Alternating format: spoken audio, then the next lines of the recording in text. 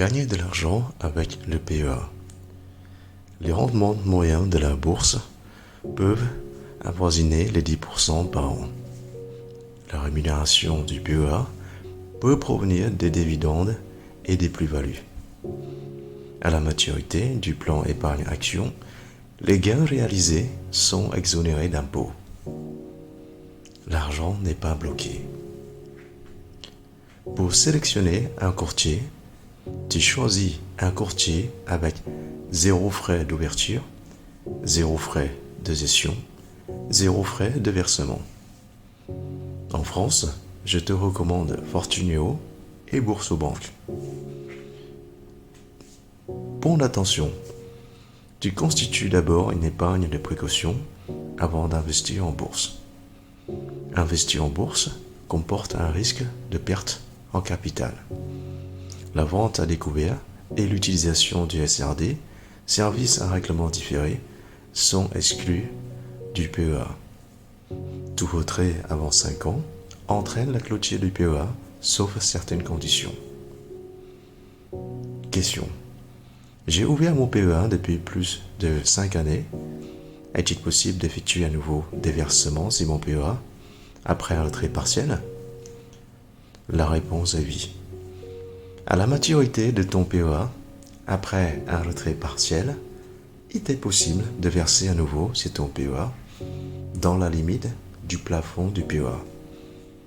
Les retraits ou rachats partiels après le délai de 5 ans n'entraînent pas la clôture du PEA. Le titulaire conserve la possibilité d'effectuer de nouveaux versements. Question. Une fois le retrait partiel effectué, récupère-t-on à nouveau le plafond de versement? Réponse. Seuls les versements sur le PEA sont comptabilisés pour le plafond. Exemple, un épargnant détenteur d'un PEA ordinaire avec 145 000 euros déjà versés. S'il fait un retrait 100 000 euros, il ne pourra verser seulement que 5 000 euros, soit 150 000 euros, le plafond du PEA, moins les 145 000 euros déjà versés. Souviens-toi que seuls les versements sur le PEA sont comptabilisés pour le plafond autorisé. Question. Dans quelles conditions les retraits avant le 5e anniversaire du PEA n'entraînent pas la clôture du plan? Réponse.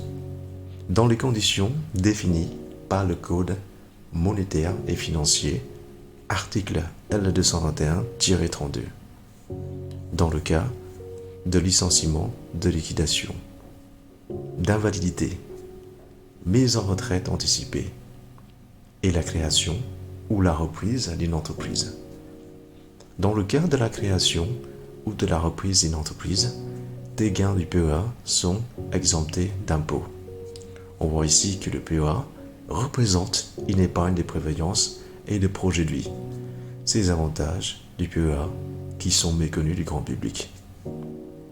Toutefois, dans ces conditions précitées, le versement n'est plus possible après le premier retrait.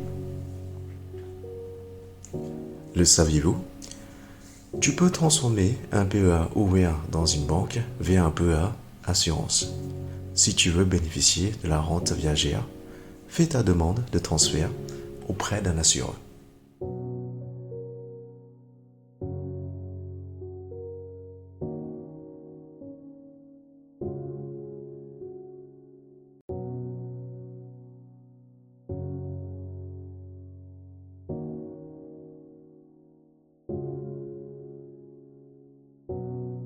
Avertissement.